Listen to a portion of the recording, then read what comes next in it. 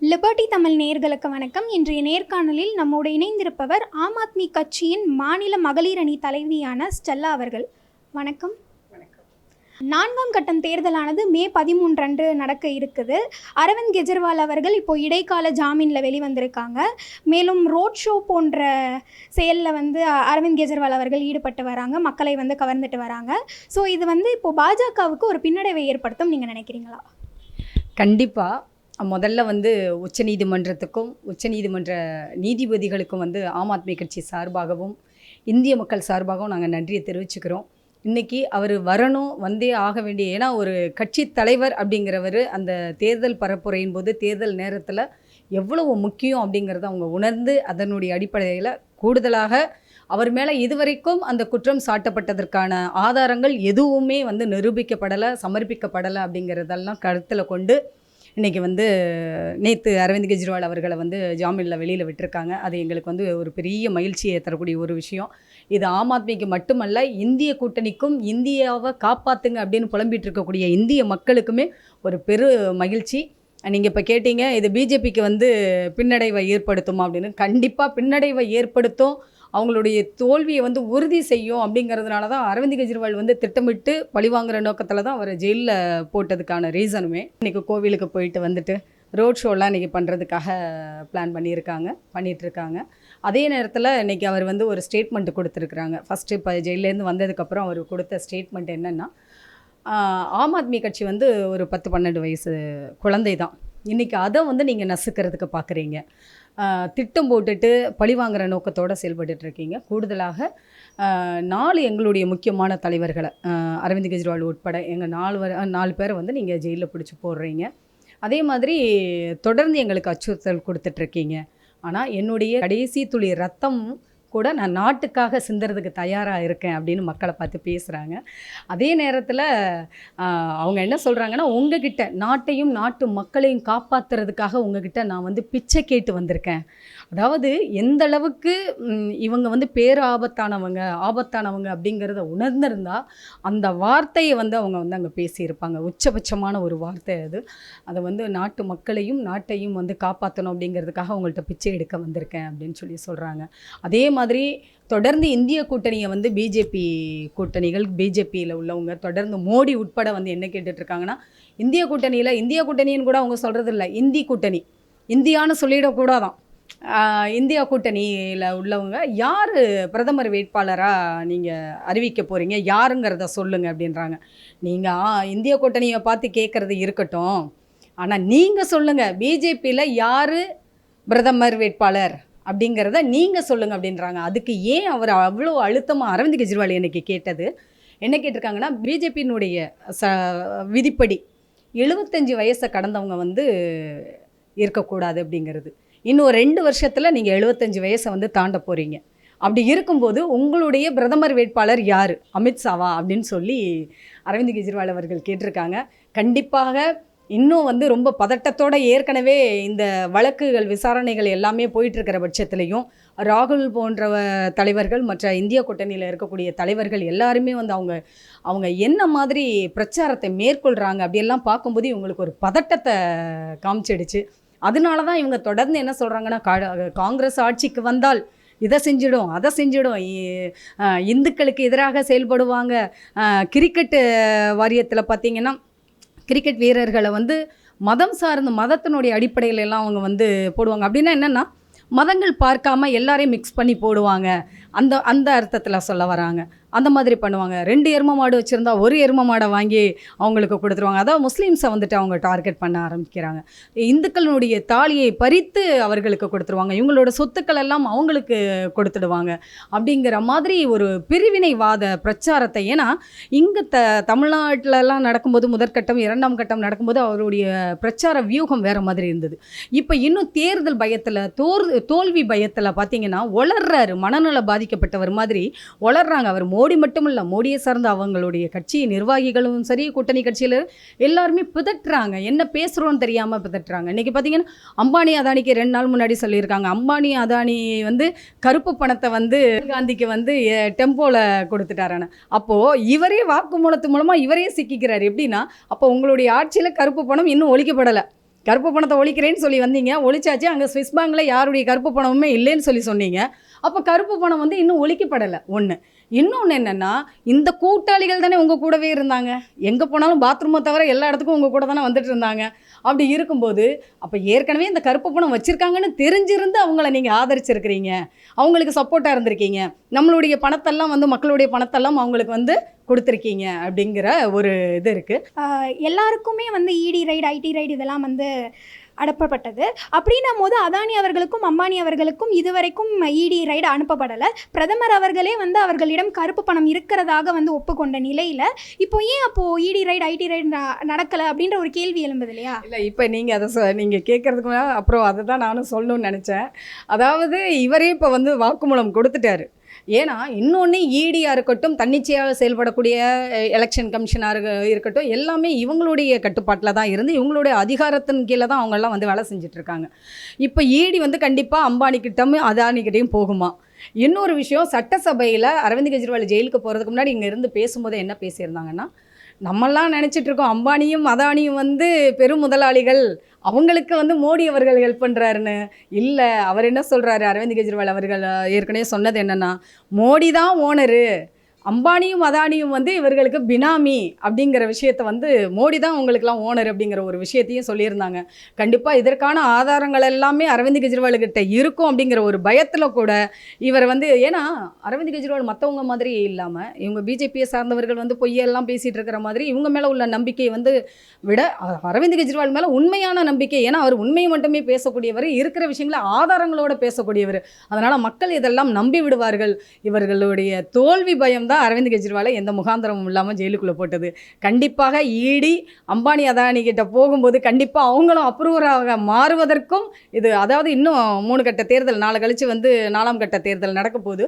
இந்த தேர்தலுக்கு முன்னாடியே இவர்கள் இவ்வளவு வளர்றாங்க. இன்னும் 3 கட்ட தேர்தலில் இவங்க என்ன மாதிரி பிரச்சனைகளெல்லாம் சந்திக்க போகிறாங்கன்னு இன்னும் நம்ம பொறுத்திருந்து கண்டிப்பாக பார்ப்போம். ஏன்னா எங்களுடைய சிங்கம் வெளியில் வந்துட்டார். ஏன்னா சிங்கத்தை கூண்டில் வச்சுட்டு இந்த 52 இன்ச்சு வந்துட்டு நான் தான் ஜெயிக்க போகிறேன்னு வீரவசனம் பேசுனது இன்னைக்கு. ஏன்னா சர்வதேச நாடுகள் வந்து எல்லாம் நம்ம இந்தியாவை உற்று நோக்கிக்கிட்டு இருக்காங்க. அதுவும் அரவிந்த் கெஜ்ரிவாலுடைய கைதுக்கு பின்னாடி அவங்க 3 நாடுகள் வந்து அதை வந்து கண்டனம் தெரிவித்தாங்க. அப்போ தேர்தல்களை அவங்களும் கண்காணிச்சிட்டு இருக்காங்க. இதெல்லாம் கருத்தில் கொண்டு அவர் இன்னைக்கு விடுவிக்கப்பட்டிருக்காரு, வெளியில் வந்திருக்காங்க. கண்டிப்பாக கூடிய சீக்கிரத்தில் இன்னும் 3 கட்ட தேர்தலுக்கு முன்னாடி ஒருவேளை இவங்க உள்ளே போகிறதுக்கான வாய்ப்புகளும் கூட இருக்கும். நிறைய பேர் இவங்களுக்கு, ஏன்னா இன்றைக்கி காங்கிரஸ் வந்துருச்சுனாங்கிறப்பவே இவங்க கான்ஃபிடென்ட் இல்லாமல் பேசுகிறாங்கன்றதை தான் நாம் எடுத்துக்கிறணும். அப்படி இல்லைன்னா இவங்க வேறு மாதிரி பேசியிருப்பாங்க. ஏன் இன்னொன்று என்னன்னு கேட்டிங்கன்னா, மக்கள் மட்டும் இல்லாமல் இந்திய கூட்டணியில் இருக்கக்கூடிய தலைவர்கள் எல்லாருமே என்ன கேட்க ஆரம்பிச்சிடறாங்க, 10 வருஷத்தில் நீங்கள் செஞ்சதை சொல்லி ஓட்டு கேட்காம சம்மந்தமே இல்லாமல் சம்மந்தம் இல்லாமல் நீங்கள் பேசிகிட்டு இருக்கீங்களே அப்படிங்கிற அந்த கேள்விகளையும் கேட்க முன் வச்ச உடனே இப்போ வேறு மாதிரி ட்ரெண்டை மாற்றணும்னு நினச்சி ஏதோ அம்பானிக்கும் அதானி இவர்களுக்குமான ஏதோ ஒரு நட்பு வந்து முறிவு ஏற்பட்டு இல்லை வேறு மாதிரி பிரச்சனை, ஏன்னா அவங்களுமே நாளைக்கு வந்து எங்கள் ஆட்சி மாறிடுமோ அப்படின்னு தன்னை காப்பாற்றிக்கிறதுக்காக கூட ஏதாவது நிகழ்ந்திருக்கலாம். அது கூடிய சீக்கிரத்தில் இன்னும் சில நாட்களில் நம்ம அதை பற்றி வந்து கண்டிப்பாக விரிவாக நம்மளுக்கான தகவல்கள் கண்டிப்பாக சீக்கிரமாக ஓப்பன் ஃபோரமில் வரும்னு நம்ம எதிர்பார்க்குறோம். இப்போது 10 வருஷம் காலமாக அதானி பற்றியும் அம்பானி பற்றியும் பேசாமல் இருந்தாங்க. இப்போது 2 நாட்களுக்கு முன்பதாக அவங்கக்கிட்ட கருப்பு பணம் இருக்குது இந்த மாதிரியெல்லாம் பேசுகிறாங்க இல்லையா மோடி. இப்போது நண்பனாக இருந்து பழகிட்டு அப்படி தான் இருந்ததாக வந்து எல்லாருமே சொல்லிகிட்டு இருந்தாங்க. இப்போ எதுக்கு மோடி அவர்கள் அம்பானிக்கும் அதானிக்கும் எதிராக பேசுகிறாங்க? அதுதான் நம்ம தான் சொல்கிறோம் இல்லையா, நாளைக்கு அவங்களே அப்ரூவராக மாறினாலும் மாறுறதுக்கு வாய்ப்பு இருக்குல்ல. ஏன்னா இடி இப்போ வந்து இவர் வந்து அவங்கள காட்டி கொடுக்குற மாதிரி இவர் பேசிட்டார் மோடி அவர்கள் வந்து. அப்படி பண்ணும்போது கண்டிப்பாக அவங்க அப்ரூவராக மாறிடுவாங்களோ எங்களை, அதாவது இவங்க என்னென்னா குற்றம் சாட்டுற விதமாக கூட, காங்கிரஸ் மேலே குற்றம் சாட்டும் விதமாக கூட இவங்க வந்து அந்த விஷயத்தை வச்சுருக்கலாம். அதை இவங்களுக்கே பேக் ஃபயர் ஆகும் அப்படின்னு நினச்சிட்டு இவங்க பண்ணலை. கண்டிப்பாக உப்பை தின்னவன் தண்ணி குடிச்சு ஆகணும். அது இவர் வாயிலே இப்போ வாக்குமூலம் கொடுக்குறாரு. இதை எல்லாத்தையும் நீதிமன்றங்களும் வந்து கவனிச்சுட்டு தான் இருக்காங்க அப்படிங்கிறதையும் அவங்க கருத்தில் கொள்ளணும். அரவிந்த் கெஜ்ரிவால் அவர்கள் வந்து என்ன சொல்லியிருக்காங்கன்னா, சர்வாதிகாரத்துக்கு எதிராக நம்ம வந்து கண்டிப்பாக ஜெயிச்சு தான் ஆகணும் அப்படின்ற மாதிரி ஒரு ஸ்டேட்மெண்ட் ஆனது முன் வச்சுருக்காங்க. இதை நீங்கள் எப்படி பார்க்குறீங்க? கண்டிப்பாக அவர் உண்மையை தானே சொல்லியிருக்கிறாரு. இன்றைக்கி எங்களுக்கும் இருக்கக்கூடிய இந்திய கூட்டணியில் உள்ள கட்சிகளுக்கும் குறிப்பாக காங்கிரஸுக்குமே வந்து எங்களுக்கு கருத்து வேறுபாடுகள், அதாவது கொள்கைகளில் சில முரண்பாடுகள் இருக்கலாம். அதை தான் நிறைய பேர் இப்போ பிஜேபியிலையுமே என்ன கேட்குறாங்கன்னா, உங்களுக்கும் காங்கிரஸுக்கும் வந்து ஏகப்பட்ட பிரச்சனை இருந்தது, நீங்கள் அவங்கள தோற்கடிச்சிட்டு தானே நீங்கள் வந்தீங்க, அதெல்லாம் வந்து பேசுகிறாங்க. அப்போது இவ்வளோ பெரிய கருத்து வேறுபாடுகள் இருந்தாலும், அவங்கள தோற்கடிச்சிட்டு நாங்கள் வந்தாலும், இந்த மாதிரி விஷயங்கள் எல்லாமே இருந்தாலும் கூட, நாங்கள் ஒரு களத்தில் நிற்க வேண்டிய நிர்பந்தம் ஏன் வந்திருக்கு அப்படின்னா, நாட்டுக்கும் நாட்டு மக்களுக்கும் பேராபத்து இருக்குது மோடினால, மோடியோட ஆட்சி இருக்கிறதுனால அப்படிங்கிறத உணர்ந்ததுனால தான் நம்ம அந்த கூட்டணிக்குள்ளே இருந்தோம். இன்றைக்கி வரைக்கும் யார் இங்கே பிரதமர் ஆகணுங்கிறது யாருக்கும் அதை பற்றி எந்த பிரச்சனையுமே கிடையாது, எந்த வாக்குவாதங்களும் வரல. முதல்ல மோடியோடைய அரசு, பிஜேபியினுடைய அரசு வேரோடி மண்ணோடும் அப்புறப்படுத்தணும் அப்படிங்கிறத பிரதானமாக கொண்டு வந்ததுனால தான் இன்றைக்கி எல்லாருமே வந்து களத்தில் நின்று போராடிட்டு இருக்காங்க. இன்றைக்கி அரவிந்த் கெஜ்ரிவால் அவர்கள் உடல்நலம் சரியில்லாமல் ஜெயிலுக்குள்ளே இருந்தப்போ கூட அவருடைய எண்ணங்கள் எல்லாமே எங்கே இருந்திருக்கோம்? இங்கே தான் இருந்திருக்கோம். ஐயோ, நாட்டு மக்களை காப்பாற்ற வேண்டிய பங்களிப்பில் நம்ம இல்லாமல் இருக்குமேங்கிற இது இருக்கும். ஆனாலும் கட்சியிலுடைய நிர்வாகிகளோ, அவருடைய துணைவியார் சுனிதா மேடம் கூட வேட்பாளர்களை ஆதரித்து, இந்தியா கூட்டணி வேட்பாளர்கள், ஆம் ஆத்மி கட்சி வேட்பாளர்களை ஆதரித்து ஒவ்வொரு இடத்துலையும் வந்து பிரச்சாரங்களை மேற்கொண்டாங்க. அந்த பிரச்சாரத்தில் நம்ம பார்த்தோன்னா, அதாவது முன்னெல்லாம் தென்னிந்தியாவில் தான் வந்து பிஜேபியை கால் உண்ட விடக்கூடாது, தமிழகத்தில் விடக்கூடாது, தெலுங்கானா கேரளாவில் விடக்கூடாது நம்மளாம் பேசிகிட்டு இருந்தோம். ஆனால் இன்றைக்கி வட இந்தியாவில் பார்த்திங்கன்னா, அவங்கள ஓட ஓட எங்கேயாவது நம்ம நாகரிகமாக அணுகணும், அங்கெல்லாம் வேட்பாளர்களை அடித்து தரத்துறாங்க. ராஜ்புத்த சமூகத்தினர் வந்து ஒட்டுமொத்தமாக ஒரு பெரிய கூட்டமாக திரண்டு சத்தியமாக நாங்கள் வந்து பிஜேபிக்கு வாக்களிக்க மாட்டோம் அப்படின்னு சொல்லிட்டு சத்திய பிரமாணம் எடுக்கிறாங்க. அப்போ அந்த அளவுக்கு வந்து வட இந்தியாவிலையும் இவங்களை வந்து வெறுக்கக்கூடிய ஒரு சூழ்நிலை இன்றைக்கி மாறி இருக்குது. அதனால் அரவிந்த் கெஜ்ரிவால் அவர்கள் சர்வாதிகாரி, மதவெறி பிடித்தவர், அவருக்கு என்ன பேர் வேணாலும் மோடிக்கு வைக்கலாம், எல்லாத்துக்குமே அவர் பொருத்தமானவர். அதாவது மக்களுக்கு எதிரான, மக்கள் நலனுக்கு எதிரான எந்த பெயர்களை வேண்டுமானாலும் வைக்கிறதுல தவறே கிடையாது. அவர் இந்த அளவுக்கு ஒரு கடுமையான வார்த்தைகளை கூட நாமெல்லாம் சொல்லிட்டு இருந்தோம். ஒரு தேசிய கட்சியினுடைய தலைவர் இந்த வார்த்தையை அவர் பிரதிபலிக்கிறார் அப்படின்னா அதனுடைய தாக்கம் எந்த அளவுக்கு இருந்திருக்கும், அதுதான் உண்மை. இந்த சர்வாதிகாரி கண்டிப்பாக ஹிட்லரை போன்று எல்லாராலையும் வெறுக்கப்படக்கூடிய ஒருத்தராகவும், கடைசியில் இறுதியில் அவருடைய நிலை இவருக்கும் வர்றதுக்கான சாத்தியக்கூறுகளை இப்போ நம்ம பார்த்துட்ருக்கோம் சமீபத்தில். ராகுல் காந்தி அவர்கள் இப்போ மக்களுடைய பிரச்சனையை பேசுவதற்காக பிரதமர் மோடியை நான் அழைக்கிறேன், ஒரு விவாதமாக நம்ம வச்சுக்கலாம் அப்படின்ற மாதிரி அவர் சொல்கிறாரு. ஒரு பக்கம் ராகுல் காந்தி அவர்களே சொல்கிறாங்க, எனக்கு 100% தெரியும் மோடி அவர்கள் இதற்கு வந்து வரமாட்டாங்க அப்படின்றதும் அவர் சொல்கிறாரு. ஸோ இதை நீங்கள் எப்படி பார்க்குறீங்க? எதனால மோடி அவர்கள் இதை பற்றி விவாதிக்க வரமாட்டேங்கிறாங்க, மக்களுடைய பிரச்சனையை குறித்து விவாதிக்க பிரதமர் மோடியே வரமாட்டாரு? அவர் வந்து மக்களுக்கான பிரதமர் கிடையாது, அவர் பெருமுதலாளிகளுக்கான ஒரு குறிப்பிட்ட எண்ணிக்கை கொண்ட பெருமுதலாளிகளுக்கான பிரதமர் தான் அவர். அப்படி இருக்கும்போது இந்நேரம் நீங்கள் அவ்வளோ தைரியமானவர், நீங்கள் வந்து 10 வருஷமாக பாலாறும் தேனாரும் இந்தியாவில் ஓட வச்ச நீங்கள் தைரியமாக வந்து உட்காருங்க விவாதத்துக்கு. அவர்கள் மேலே இருக்கக்கூடிய குற்றச்சாட்டுகள் இருந்தால் குற்றம் சாட்டுங்க, இல்லை உங்கள் மேலே நீங்கள் என்னெல்லாம் நன்மைகள் செஞ்சுருக்கீங்களோ பேசுங்க. பேசுகிறதுக்கு அப்போ ஒன்றுமே இல்லை, சட்டியில் இருந்தால் தானே அகப்பையில் வரும். அப்போ இதற்கெல்லாம் இவர்கள் தகுதி இல்லாதவர்கள். இன்னும் சொல்லப்போனால் மோடி அவர்கள் வந்து இந்த தேர்தலில் 10 வருஷமாக நீங்கள் வந்து ஒரு பெரிய கருப்பு நாட்களாக தான் கடந்து போச்சு இந்த 10 வருட காலமாக. அப்போது மக்கள் எல்லாரும் எவ்வளோ அவஸ்தைப்பட்டாங்கன்றது எல்லாத்தையுமே உணர்ந்துருக்குறோம், எல்லாருமே பார்த்துருக்கோம், நாமளும் அனுபவிச்சிருக்கிறோம். அப்போது இவர் வந்து இந்த மாதிரி இருந்த இந்த 10 வருட காலத்துலேயும் இவர் எதை பிரதானமாக வச்சார் அப்படின்னா, மதவெறியவும் பிரிவினை அரசியலையும் தான் இவர் பண்ணினார். அப்போது இவர் வந்து கண்டிப்பாக தேர்தலில் நிற்கிறதுக்கோ, பிரதமராக மறுபடியும் நிற்கிறதுக்காகவோ, இல்லை இந்த தேர்தலை எதிர்கொள்ள தகுதி இல்லாத ஒரு நபர். ஏன் இதை நான் அழுத்தி சொல்கிறேன் அப்படின்னா, இந்தியா பன்முகத்தன்மை கொண்ட நாடு. இந்த நாட்டில் எல்லா வகையான கலாச்சாரம், அதாவது உணவு, உடை, பேசுகிறது, இனம், மொழி எல்லாத்துலேயுமே நாம் மாறுபட்டவங்க. ஒன்றும் இல்லை, இன்றைக்கி இந்தியாவிலே நம்ம சொல்கிறோம் பலதரப்பட்ட மனிதர்கள் மாநிலங்களில் இருக்காங்கன்னு. இந்த தமிழ்நாட்டிலையுமே பார்த்திங்கன்னா கோயம்புத்தூருக்கு ஒரு கலாச்சாரங்கள் இருக்கும், உணவு, உடை எல்லாத்துலேயுமே, பேச்சு பழக்க வழக்கங்கள் எல்லாத்துலேயும். திருநெல்வேலிக்கு ஒன்று இருக்கும், மதுரைக்கு ஒன்று இருக்கும், சென்னைக்கு ஒன்று இருக்கும். அப்போது இந்த மாதிரி பலதரப்பட்ட இந்தியாவில் இருக்கக்கூடிய ஒரு பிரதமர், இது ஜனநாயக நாடுன்னு தெரிஞ்சவர், இதில் எல்லா மதத்தினருக்கும் இனத்தில் உள்ளவங்களுக்கும் இது வந்து ஒரு பொதுவான இது பிரதமராக வந்திருக்கேன் அப்படின்னு சொல்லிட்டு சத்திய பிரமாணம் எடுத்தவர், எல்லாருக்குமான பிரதமர் தான் அப்படின்னு ஆனால் அவர் வந்ததுக்கப்புறம் இங்கே எந்த அளவுக்கு மதவெறி ஆட்டம் ஆடிட்டார். அந்த ஆணவம், அந்த அதிகாரம், அந்த அதிகார திமிரில் மக்களை வந்து அவ்வளோ வஞ்சகம் பண்ணியிருக்காரு. இந்திய மக்களுக்கு துரோகம் பண்ணியிருக்கிறாரு. ஏன்னா அவர் கொடுத்த வாக்குறுதி ஒன்றையும் நம்பி மக்கள் ஓட்டு போட்டாங்க. அந்த 2014 19 வரைக்கும் ஓகே, மறுபடியும் 19, அதாவது அதுலேயும் ஒன்றுமே பண்ணலை. என்ன சொல்லிட்டாங்க 19ல், இந்த 5 வருட காலம் எங்களுக்கு இதெல்லாம் நிமித்துறதுக்கு எங்களால் முடியலை, இன்னொரு 5 வருஷம் கொடுங்க அப்படின்னு சொல்லி பிச்சை கேட்டீங்க. ஆனால் அதில் எல்லாத்துலேயுமே உங்களுடைய மதவெறி ஆட்டம் மட்டுமே தான் இருந்தது. துளி அளவு கூட இந்தியாவையும் இந்திய மக்களையும் முன்னேற்றதற்கான அவங்களுடைய வளர்ச்சி பாதையில் கொண்டு போகிறதுக்கு ஒரு இம்மி அளவு கூட நீங்கள் கிள்ளி போடலை அப்படிங்கிறது இந்திய மக்களுக்கு தெரியும். ஆனால் அதற்கு மாறாக இதெல்லாம் வந்து ஜனநாயக நாட்டில் ஜனநாயக முறைப்படி நீங்கள் ஓட்டு வாங்கி நீங்கள் ஜெயிச்சு வந்தீங்கன்னு சொல்கிறதுக்கு அருகதை இல்லாதவர். ஏன்னா அந்த மாதிரி நீங்கள் நடந்துக்கல. மக்கள் உங்களை நம்பினதுக்கு நீங்கள் அவங்கள ஏமாற்றியிருக்கீங்க. அப்படிங்கிறப்போ நீங்கள் துரோகி தான் இந்திய மக்களுக்கு.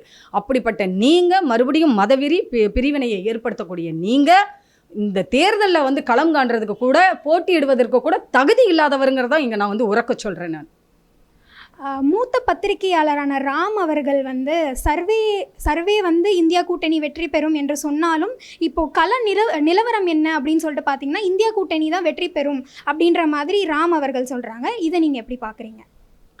அது யார் சொன்னாலும் சொல்லலைனாலும், அதாவது ஈவிஎம்மாக இவங்க நம்பிட்டு இருந்தாங்க. எனக்கு என்னை போன்றவர்களுக்கு, நம்மை போன்றவர்களுக்கு ஒரு பெரிய வருத்தம் என்னென்னா, இந்த இவிஎம் மிஷின் மேலே நம்மளுக்கு நம்பிக்கை இல்லை. விவிபேடில் உள்ளதையும் இதையும் ஈக்குவலாக நீங்கள் எண்ணணும்.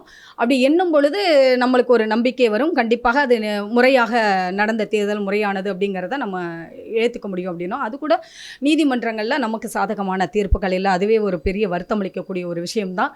ஆனால் கண்டிப்பாக இன்றைக்கி இருக்கக்கூடிய, நீங்கள் பாருங்கள், முன்னெல்லாம் 400 சீட்டு வந்துருவோன்னு சொல்லிட்டு பேசிக்கிட்டு இருந்த இந்த மோடி கும்பல், இந்த பிஜேபி கும்பல் இன்றைக்கி அதை பற்றியே பேசலை.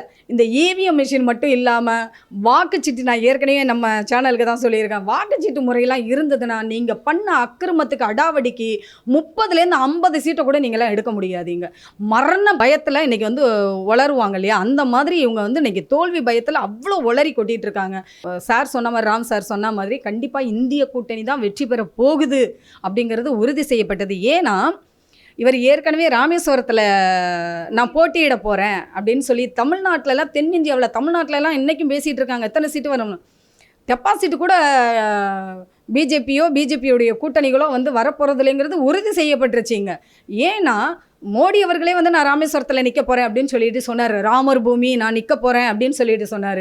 ஆனால் மோடியே இங்கே நின்றிருந்தாலும் இங்கே மண்ணை கவ்வுவது உறுதி அப்படின்னு சர்வே சொன்னதுனால தான் அவர் இங்கே நிற்காம உத்தரப்பிரதேசத்தில் போயிட்டு ஒரு பிரச்சாரத்தில் சொல்கிறாரு, இதை நான் ராமர் பூமின்னு நினச்சேன், ஆனால் அது ராவண பூமியாக இருக்குது, அநியாயங்களும் அட்டூழியங்களும் நிறைஞ்சிருக்குது அப்படின்னு சொல்லிட்டு எஸ்கேப் ஆகி இங்கே பேசினா என்ன நடக்கும்னு அவருக்கு தெரிஞ்சிருக்கும். இங்கே பேசியிருக்க வேண்டியதானே. அதே வந்து இங்கே ரோட் ஷோ பண்ணார் இல்லையா ரம்ஜானுக்கு முன்னாடி, இதே இங்கே இஸ்லாமியர்களுக்கு எதிராக அங்கே போய் பரப்புரை பண்ணார்ல, தமிழ்நாட்டில் வந்திருந்தால் அவ்வளோ தில் இருந்தால் அங்கே பேசியிருக்க வேண்டியதானே அந்த மாதிரி வார்த்தைகளை. அப்போது ஓட்டு பொறுக்கிறதுக்காக எதை வேணாலும் போய் பேசலாம் அப்படிங்கிற அந்த ஒரு திமிரில் யூபியில் போயிட்டு பேசியிருக்கிறார் அவர். இதெல்லாமே தான் வந்து புரிஞ்சுக்கிறணும். யார் புரிஞ்சுக்கிறணும், நம்மளுடைய இந்து சகோதர சகோதரிகள் புரிஞ்சுக்கோங்க.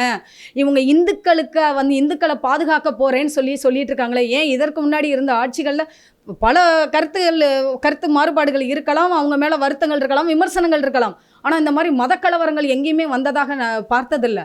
ஆனால் இந்த ஆட்சியில் 10 வருஷ காலத்தில் இதனால நம்ம என்ன அனுபவித்தோம், நம்மளுக்குள்ள பிரிவினைகள் தான். இது மோடியினுடைய ஸ்ட்ராட்டஜி என்னன்னா, இங்கே விவசாயிகளுக்கு பிரச்சனை, விலையேற்றம், இந்த மாதிரி பிரச்சனைகளை, வேலையில்லா திண்டாட்டம், பெட்ரோல் விலை, டீசல் விலை அப்படின்னா இந்துவாக இருக்கட்டும், இஸ்லாமியராக இருக்கட்டும், கிறிஸ்தவர்களாக இருக்கட்டும், ஒட்டுமொத்தமாக நம்ம போராட்டம் பண்ணி மோடியை வந்து கேள்வி கேட்போம்.